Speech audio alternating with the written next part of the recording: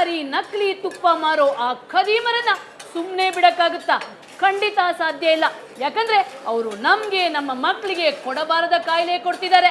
ಅಂತ ಖದೀಮರಿಗೆ ನಾವು ಯಾವ ರೀತಿ ಪಾಠ ಕಲಿಸಿದೀವಿ ಅಂತ ಹೇಳ್ತೀನಿ, ಬನ್ನಿ.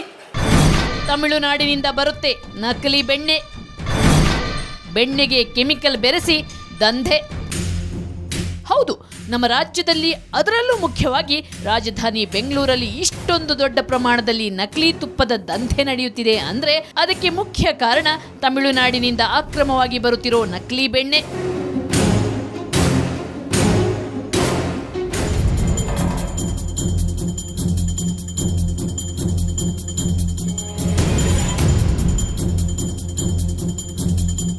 ನಡುರಾತ್ರಿ ಬಸ್ಗಳಲ್ಲಿ ಟನ್ಗಟ್ಲೆ ನಕಲಿ ಬೆಣ್ಣೆ, ಕೋವಾ, ಪನ್ನೀರ್ ತಮಿಳುನಾಡಿನಿಂದ ಬಿಂದಾಸಾಗಿ ಸರಬರಾಜಾಗುತ್ತೆ.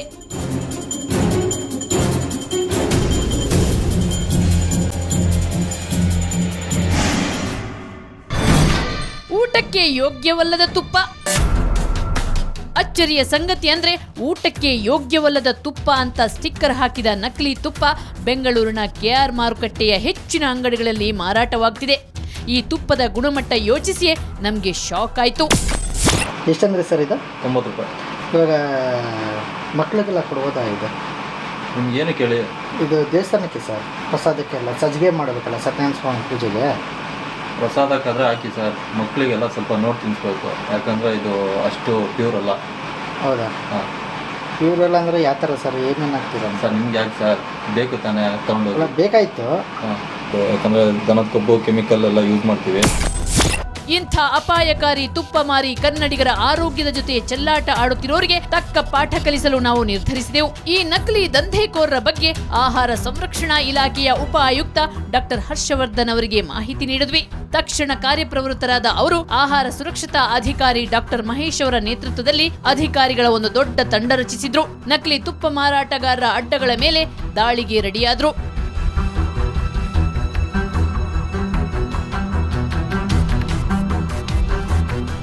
ಮೊದಲು ಅಧಿಕಾರಿಗಳನ್ನ ಬಿನ್ನಿಪೇಟೆಯ ಲಕ್ಷ್ಮಣ್ ಕೃಷ್ಣ ತುಪ್ಪ ಫ್ಯಾಕ್ಟರಿಗೆ ಕರ್ಕೊಂಡು ಹೋದ್ವಿ.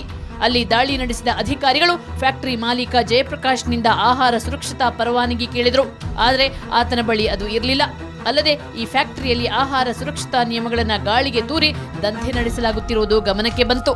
ಅಧಿಕಾರಿಗಳು ಪರೀಕ್ಷೆ ನಡೆಸಲು ತುಪ್ಪ ಹಾಗೂ ಬೆಣ್ಣೆಯ ಸ್ಯಾಂಪಲ್ ಪಡೆದು ಫ್ಯಾಕ್ಟರಿ ಮಾಲೀಕರಿಗೆ ನೋಟಿಸ್ ಜಾರಿ ಮಾಡಿದ್ರು.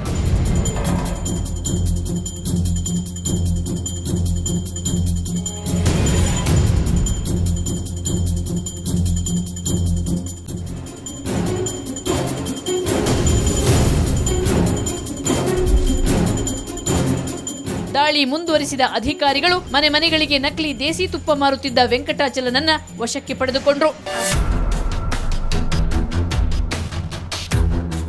ಆ ಬಳಿಕ ಮಣಿ ಮೇಘಲೈ ಡೈರಿ ಫಾರಂಗೂ ದಾಳಿ ಮಾಡಿದ್ರು. ಅಲ್ಲಿನ ಕೊಳಕು ವಾತಾವರಣ ನೋಡಿ ಆಹಾರ ಅಧಿಕಾರಿಗಳೇ ಬೆಚ್ಚಿಬಿದ್ರು.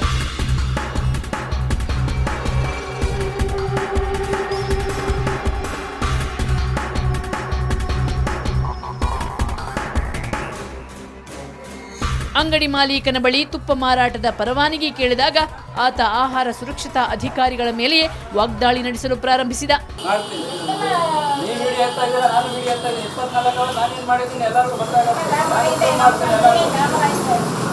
ನಾನು ಫೀಡ್ ಮಾಡಿದ್ದೀನಿ, ಮಗನ್ ಒಬ್ಬೊಬ್ಬನ್ನು ನೋಡ್ತೀನಿ. ಏನಿದೆ ಮೇಡಮ್, ನ್ಯೂಸ್ನಲ್ಲಿ ಮಾರ್ಬಿಟ್ರೆ ಏನು ಮಾಡ್ತೀರಾ? ಅನ್ಬ್ರಾಂಡೆಡ್ ಮಾರಂಗೇ ಇಲ್ಲ. ಆ ರೂಲ್ನ ನೀವು ದಯವಿಟ್ಟು ತೋರಿಸಿ. ತಿನ್ನೋ ಆಹಾರನ ಇಂಡಿಯಾ ಬೆಳೆದಿಲ್ಲ ಮೇಡಮ್. ಓಕೆ, ನೀವು ಬೆಳೆದಿರ್ಬೋದು, ಇಂಡಿಯಾ ಬೆಳೆದಿಲ್ಲ. ಯಾವುದೇ ಪರವಾನಗಿ, ಬ್ರ್ಯಾಂಡ್ ಇಲ್ಲದೆ ತುಪ್ಪ ಮಾರುತ್ತಿದ್ದ ಈತನಿಗೆ ನೋಟಿಸ್ ನೀಡಲಾಯಿತು. ತುಪ್ಪದ ಸ್ಯಾಂಪಲ್ ಪಡೆದು ಎಚ್ಚರಿಕೆಯನ್ನು ಕೊಡಲಾಯಿತು.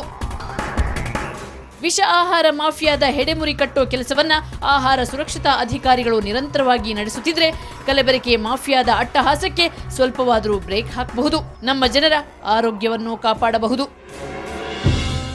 ಸ್ನೇಹಿತರೆ, ಇದು ನಕಲಿ ತುಪ್ಪದ ಕರಾಳ ರೂಪ.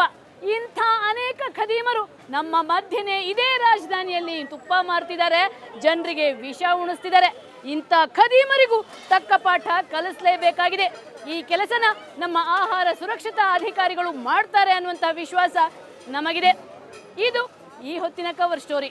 ಮುಂದೊಂದು ಸ್ಫೋಟಕ ಸುದ್ದಿಯೊಂದಿಗೆ ಮತ್ತೆ ಶುಕ್ರವಾರ ಬರ್ತೀನಿ.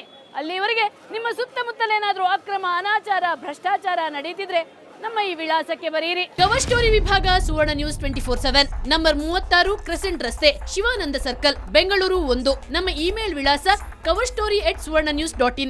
ನೇರ, ದಿಟ್ಟ, ನಿರಂತರ ಸುದ್ದಿಗಾಗಿ ನೋಡ್ತಾರೆ ಸುವರ್ಣ ನ್ಯೂಸ್.